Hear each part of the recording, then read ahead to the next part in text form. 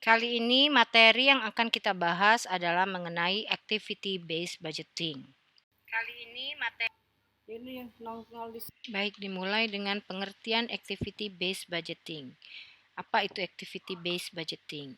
Activity based budgeting yaitu adalah pendekatan dalam proses anggaran. Pendekatan yang bagaimana yang akan dilihat di sini, yaitu pendekatan dalam proses perencanaan dan pengendalian aktivitas yang diharapkan dapat mencapai efektivitas biaya dalam anggaran. So, di sini yang akan dilihat adalah beban kerja yang akan diramalkan serta tujuan yang akan disepakati. Lalu activity based budgeting itu sendiri adalah proses penyusunan anggaran di mana fokusnya adalah improvement yang digunakan oleh organisasi sehingga menghasilkan value. Jadi fokusnya itu sendiri adalah proses integral dari suatu organisasi dan di mana dapat mengendalikan aktivitas-aktivitas yang diharapkan oleh organisasi sehingga tercapai yang namanya cost efficiency dan memenuhi workload dari suatu tujuan dan strategi organisasi. Activity based budgeting ini sendiri adalah aplikasi yang bisa dilakukan di setiap macam organisasi termasuk perusahaan jasa. Karena di activity based budgeting ini yang dilihat itu adalah sekali lagi adalah overall cost, ya, di mana overall cost ini akan menghasilkan value bagi suatu perusahaan. Baiklah, akan kita lihat di sini perbedaan antara traditional budgeting dan activity based budgeting. Perbedaan yang pertama itu adalah fokus dari anggaran itu sendiri. Kalau traditional budgeting itu berfokus pada fungsi, sedangkan activity based budgeting itu berfokus pada sistem. Perbedaan yang kedua itu adalah siapa yang menyusun anggaran itu sendiri. Kalau di traditional budgeting itu yang menyusun anggaran itu adalah manajer fungsional. Sedangkan pada activity based budgeting yang menyusun anggaran itu adalah manajer sistem, ketua tim, manajer fungsi utama dan manajer fungsi pendukung. Sedangkan traditional budgeting bertujuan hanya untuk menjalankan bagian dari sistem yang sudah ada dengan memenuhi kebutuhan fungsi itu sendiri, melaksanakan pengendalian serta melakukan cost control.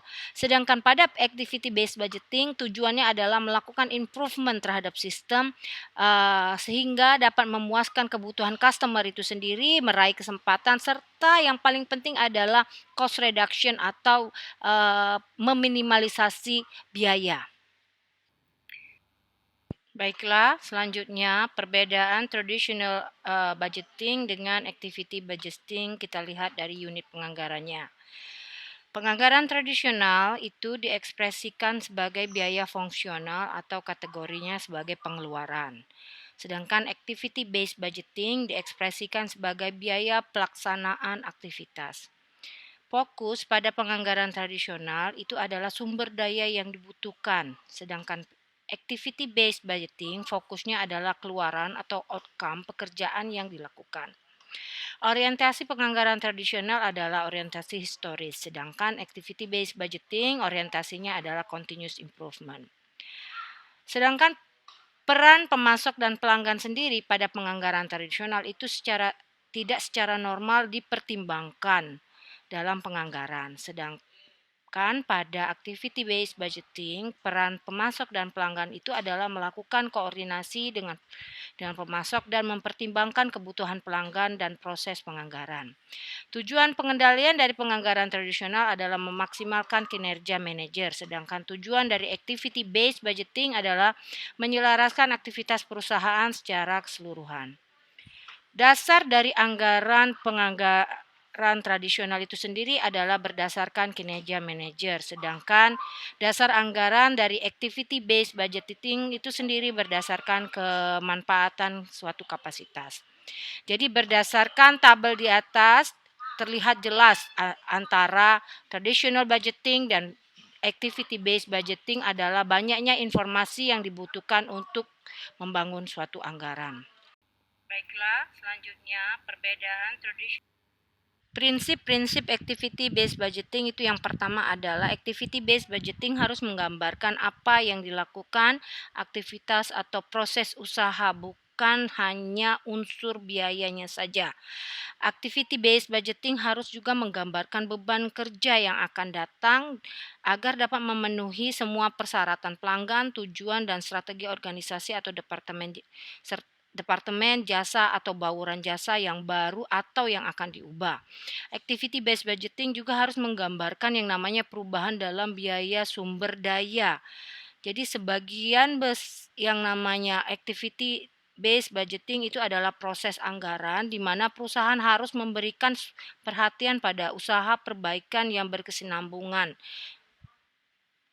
Prinsip-prinsip activity based budgeting berfokus pada pemahaman tentang aktivitas dan hubungannya untuk mencapai tujuan strategik perusahaan. Activity based budgeting ini diawali dengan manajemen mendefinisikan yang namanya visi, misi, strategi, dan usulan nilai dari suatu produk atau jasa yang dihasilkan oleh perusahaan.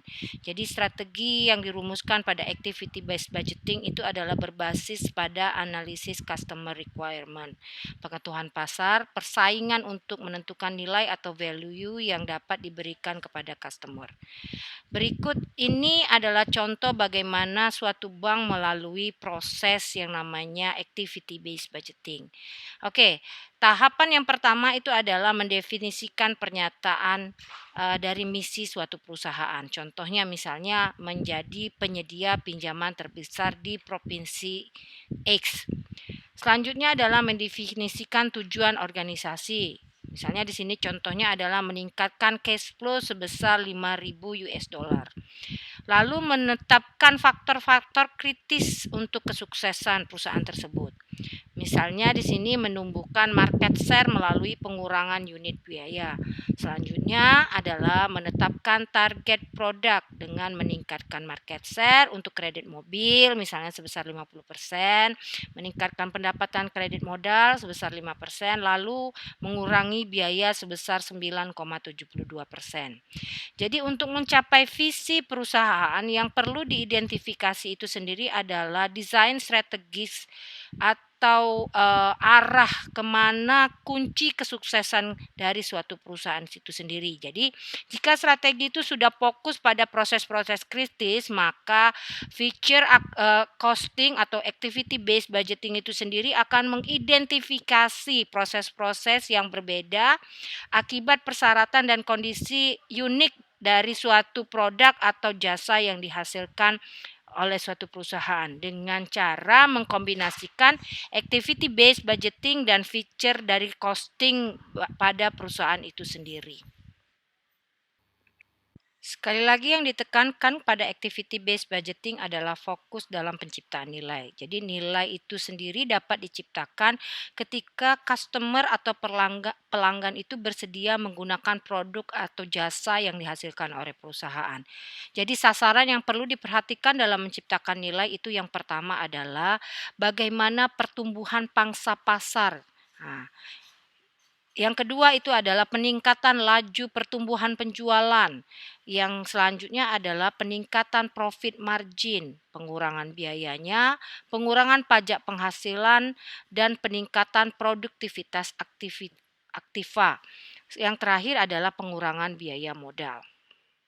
Baik, lalu mindset apa saja yang melandasi activity based budgeting? Mindset yang pertama itu adalah customer value mindset. Jadi dalam penyusunan anggaran berdasarkan activity based budgeting itu yang menyusun itu adalah manajer sistem, ketua tim, manajer fungsi utama dan manajer fungsi pendukung di mana mereka ini merencanakan aktivitas selama tahun anggaran dengan dilandasi semangat untuk memuaskan kebutuhan customer. Jadi tujuannya itu adalah memenuhi kebutuhan customer. Fokusnya adalah satu, yaitu activity elimination atau di mana penghilangan aktivitas yang tidak menambah nilai bagi customer. Yang kedua itu adalah activity reduction. Di sini adalah kita mengurangi aktivitas-aktivitas yang tidak menambah nilai bagi customer. Selanjutnya adalah activity sharing, di mana pemanfaatan aktivitas ini untuk menambah nilai yang sebelumnya belum pernah ada atau nilai-nilai yang kurang sehingga menjadi optimum bisa digunakan. Yang terakhir itu adalah activity selection. Activity selection ini kita memilih aktivitas-aktivitas apa saja yang dapat menambah nilai perusahaan sehingga menjadi lebih efisien. Selanjutnya mindset yang kedua itu adalah continuous improvement mindset. Dalam penyusunan anggaran, manajer sistem memimpin anggota timnya untuk melakukan continuous improvement terhadap sistem yang digunakan dalam melayani customer.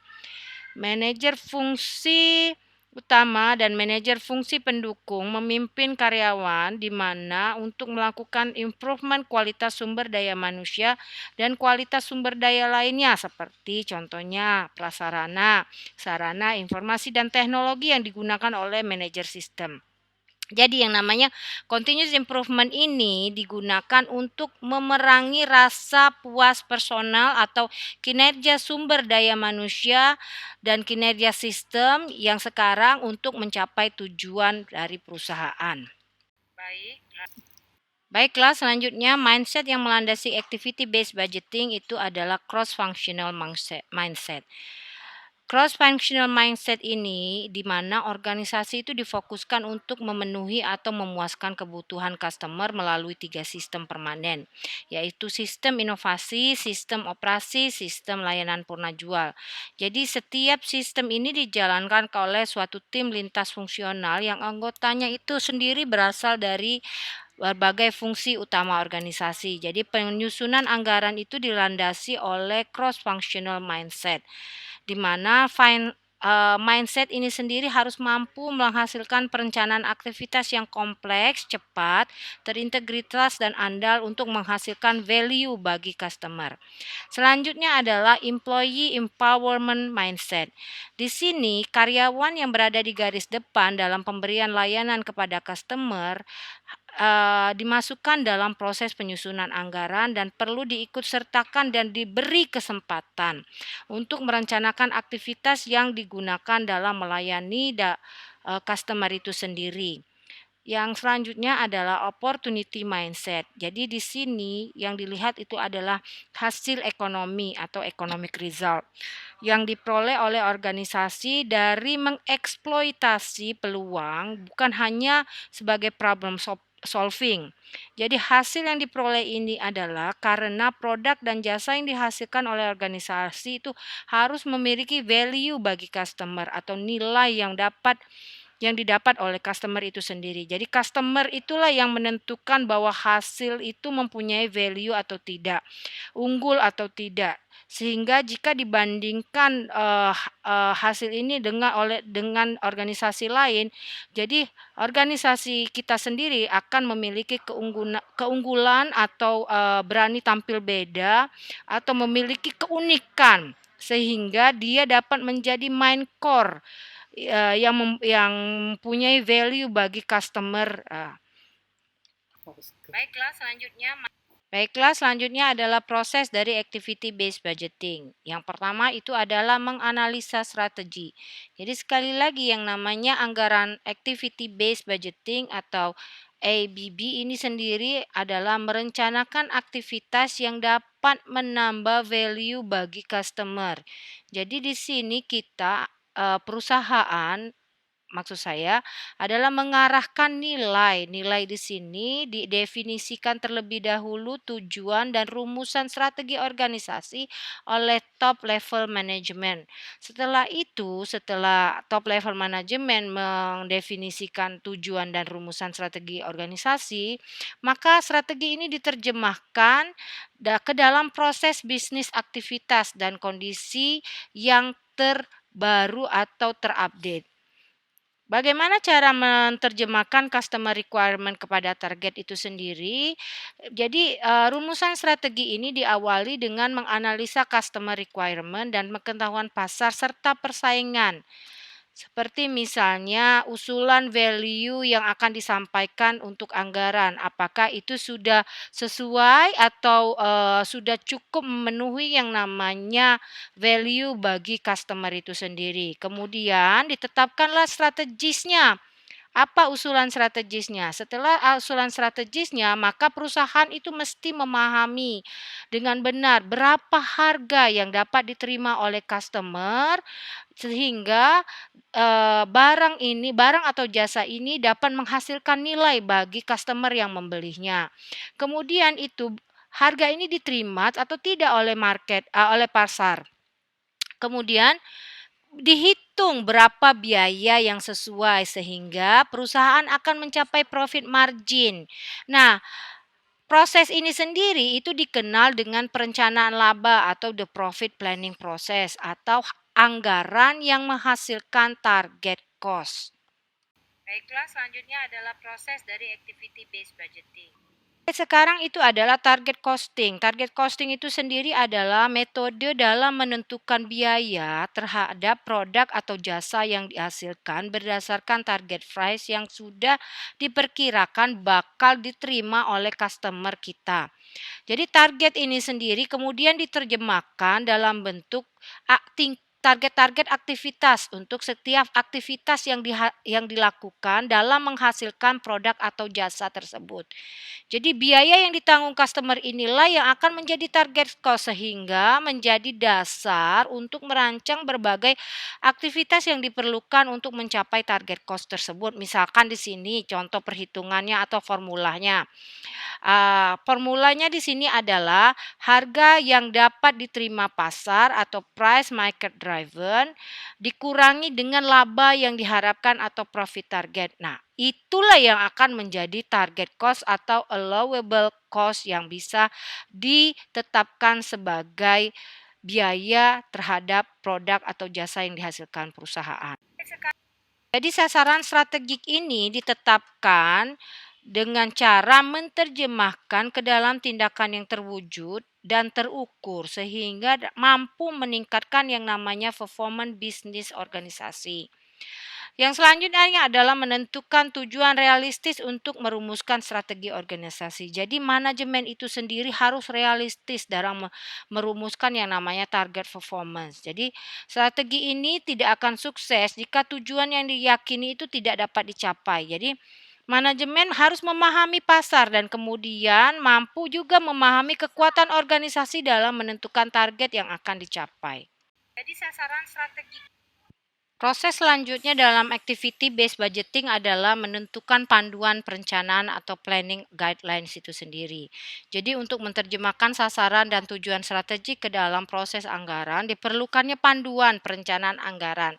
Jadi pembuatan panduan perencanaan ini dilakukan oleh top level management ya. Panduan perencanaan kemudian disampaikan kepada masing-masing manajer agar dapat ditetapkan target-target tingkat aktivitasnya secara spesifik dalam konteks proses organisasi atau proses bisnis. Dalam panduan perencanaan ini, para manajer kemudian menyusun usulan anggaran dan melalui activity based budgeting ini, panduan ini dapat diaplikasikan kepada pengertian yang lebih rinci sehingga tingkat aktivitas organisasi bukan hanya sekadar tingkat sumber daya. Proses selanjutnya. Adapun elemen panduan perencanaan mencakup dari elemen yang pertama itu adalah elemen finansial. Nah, elemen finansial ini yang dilihat adalah pertama itu adalah perubahan ukuran pasar yang diharapkan. Yang kedua adalah pertumbuhan penjualan dan asumsi dari market share itu sendiri. Yang ketiga itu adalah asumsi pada market pricing, waktu dan dampak pengenalan produk barunya, perubahan tingkat gaji, perubahan biaya supplier, perencanaan capital investment, investasi dan asumsi biaya bunga, serta perubahan tingkat pajak. Adapun elemen selanjutnya itu adalah elemen operasi. Yang dilihat pada elemen operasi ini adalah yang pertama dampak dari proses baru, yang kedua adalah perubahan keaktivitas, yang ketiga adalah asumsi produktivitas karyawan. Yang selanjutnya adalah elemen strategik. Yang pertama yang dilihat dari elemen strategik ini asumsi sumber. Yang kedua adalah asumsi bauran produk atau jasa. Jadi penetapan panduan perencanaan ini setelah target atau tujuan dalam langkah pertama itu adalah menganalisis strategi, kemudian dapat dirumuskan, kemudian dapat didefinisikan panduan perencanaan yang diterapkan untuk mencapai tujuan organisasi. Misalnya di sini contohnya adalah suatu organisasi dapat menentukan proses bisnis atau aktivitas dengan tujuan untuk continuous improvement atau perbaikan yang berkelanjutan. Di sini akan dilihat beban kerja yang dianggarkan, yang dimana dibagi jadi 3 kategori untuk setiap aktivitas atau proses bisnis. Oke, adapun 3 kategori untuk beban kerja itu yang pertama itu adalah mandatory atau diperintahkan atau keharusan. Yang kedua adalah discretionary dengan kebebasan atau pilihan. Yang ketiga adalah available if the customer is willing to pay for it. Di sini di mana dilihat jika customer itu bersedia membayar.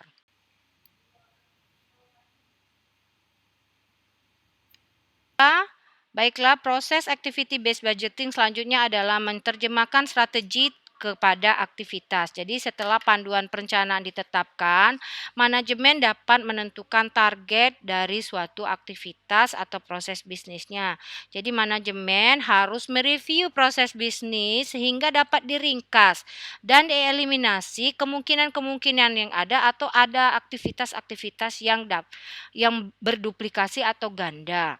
Jadi, menerjemahkan strategi ke dalam aktivitas, di sini para manajer dapat melakukan identifikasi proyek-proyek antar departemen atau proyek-proyek antar departemen dan proyek perbaikan pada tingkat aktivitas khususnya. Jadi manajer-manajer ini melakukan analisis investasi dengan cara mendefinisikan dan melakukan evaluasi proyek perbaikan dengan cara pula memanfaatkan komite untuk menyeleksi proyek-proyek yang dapat memenuhi tujuan organisasi dan kebutuhan customers. Jadi perbaikan atau improvement ini sendiri seharusnya dalam konteks sasaran organisasi, proses bisnis, dan customer satisfaction. Lalu selanjutnya adalah analisis aktivitas. Analisis aktivitas di sini adalah proses mengidentifikasi, menggambarkan, dan evaluasi aktivitas yang tercantum dalam program yang dilaksanakan oleh tim dalam tahun anggaran tersebut.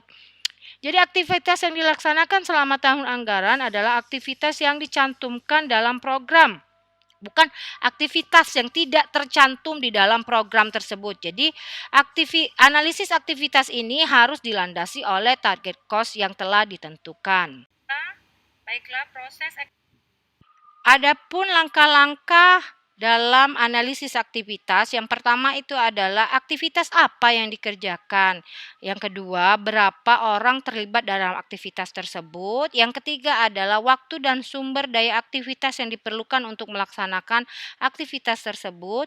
Yang terakhir adalah menaksir nilai atau value dari aktivitas tersebut bagi organisasi, termasuk memberikan rekomendasi untuk memilih dan mempertahankan mana aktivitas yang menambah nilai, mana aktivitas yang tidak menambah nilai. Jadi, aktivitas penambahan nilai ini sendiri adalah aktivitas yang mempertahankan perusahaan atau bagian mana yang tetap bertahan dalam mewujudkan bisnis. Jadi, beberapa aktivitas penambah nilai itu harus tetap dilaksanakan, yaitu aktivitas yang wajib dilaksanakan karena adanya peraturan yang dikeluarkan oleh pihak yang berwenang atau pemerintah. Jadi beberapa aktivitas penambah nilai lainnya merupakan aktivitas kebijakan atau discretionary activity. Jadi aktivitas penambah nilai itu dapat berupa dan harus memenuhi persyaratan. Yang pertama, aktivitas tersebut menyebabkan perubahan keadaan. Yang kedua adalah perubahan keadaan tidak dapat dicapai dengan aktivitas sebelumnya. Yang ketiga itu adalah aktivitas tersebut memungkinkan aktivitas lainnya harus dapat dilaksanakan. Menyusun rencana aktivitas. Dalam menyusun rencana aktivitas ini, setelah aktivitas itu diidentifikasi, maka Kemudian yang dilakukan adalah menyusun rencana aktivitas untuk tahun anggaran tersebut. Jadi aktivitas atau kegiatan selama tahun anggaran ini dapat dibagi menjadi aktivitas perbaikan dan aktivitas rutin.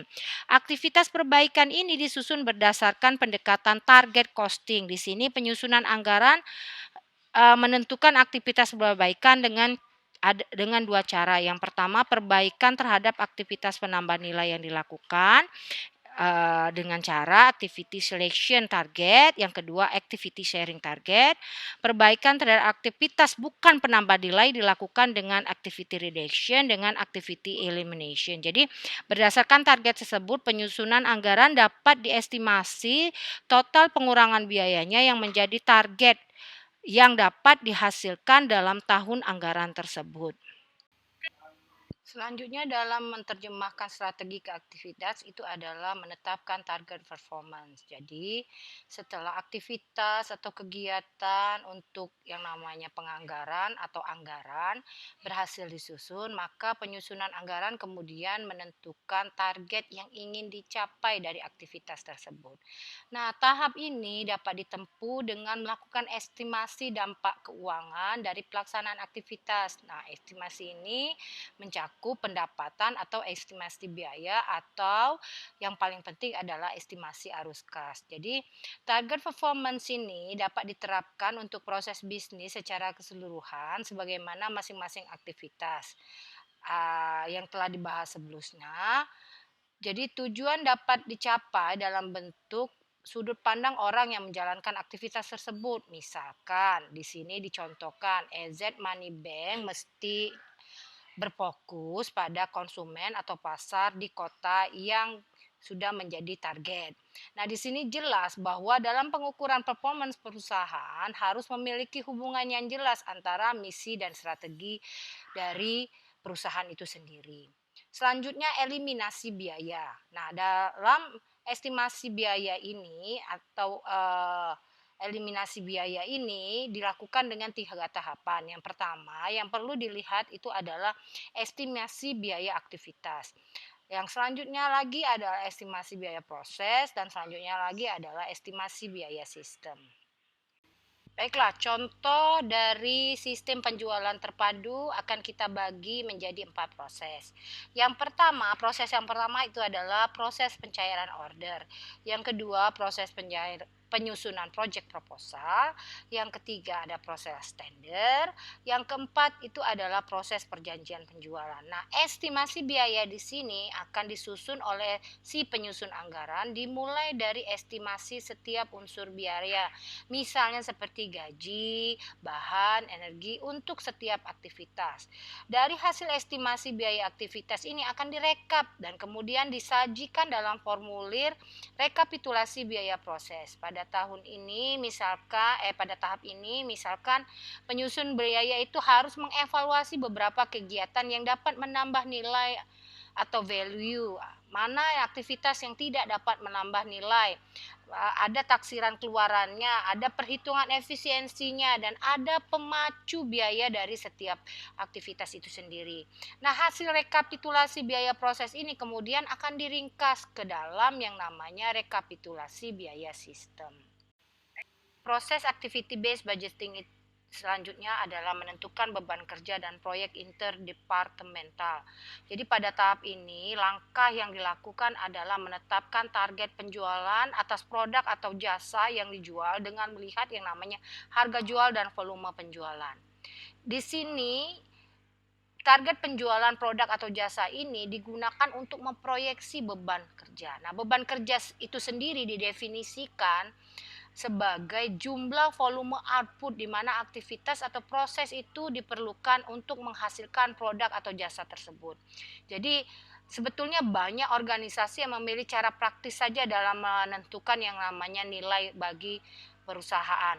Nah, nilai itu biasanya dihitung, ada beberapa perusahaan yang menghitung menggunakan ramalan volume penjualan. Nah, daripada mengukur sesuai dengan permintaan customer atau value terhadap customer itu sendiri. Nah, karena mungkin dianggap lebih gampang.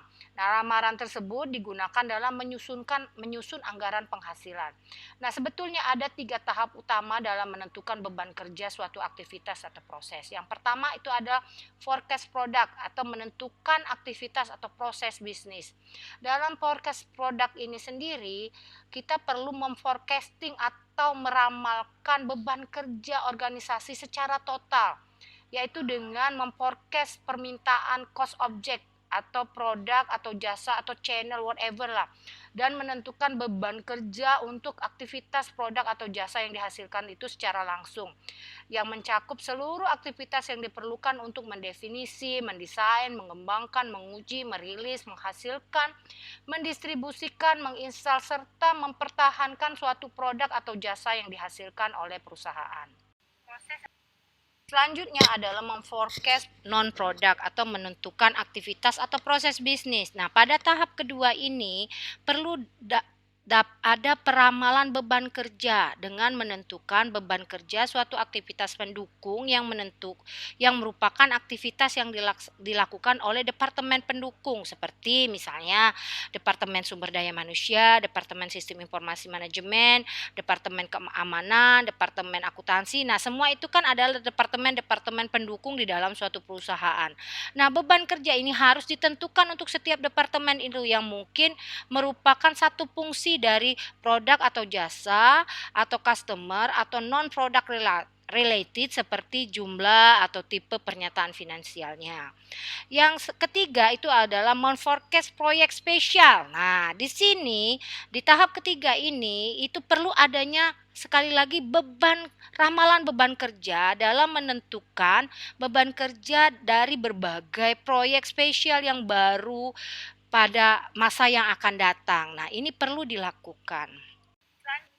Baik, ini ada contoh proyek spesial itu sendiri mencakup misalnya proyek ISO 9000, implementasi dari activity based management atau activity based budgeting, inisiatif atas kualitas, menginstal sistem komputer, sistem telepon baru, atau juga memperluas ruangan kantor. Jadi organisasi itu sendiri seharusnya melakukan pendekatan berpikir kreatif untuk menghilangkan duplikasi aktivitas yang sebenarnya tidak perlu dilaksanakan atau tidak menambah yang namanya value terhadap customer.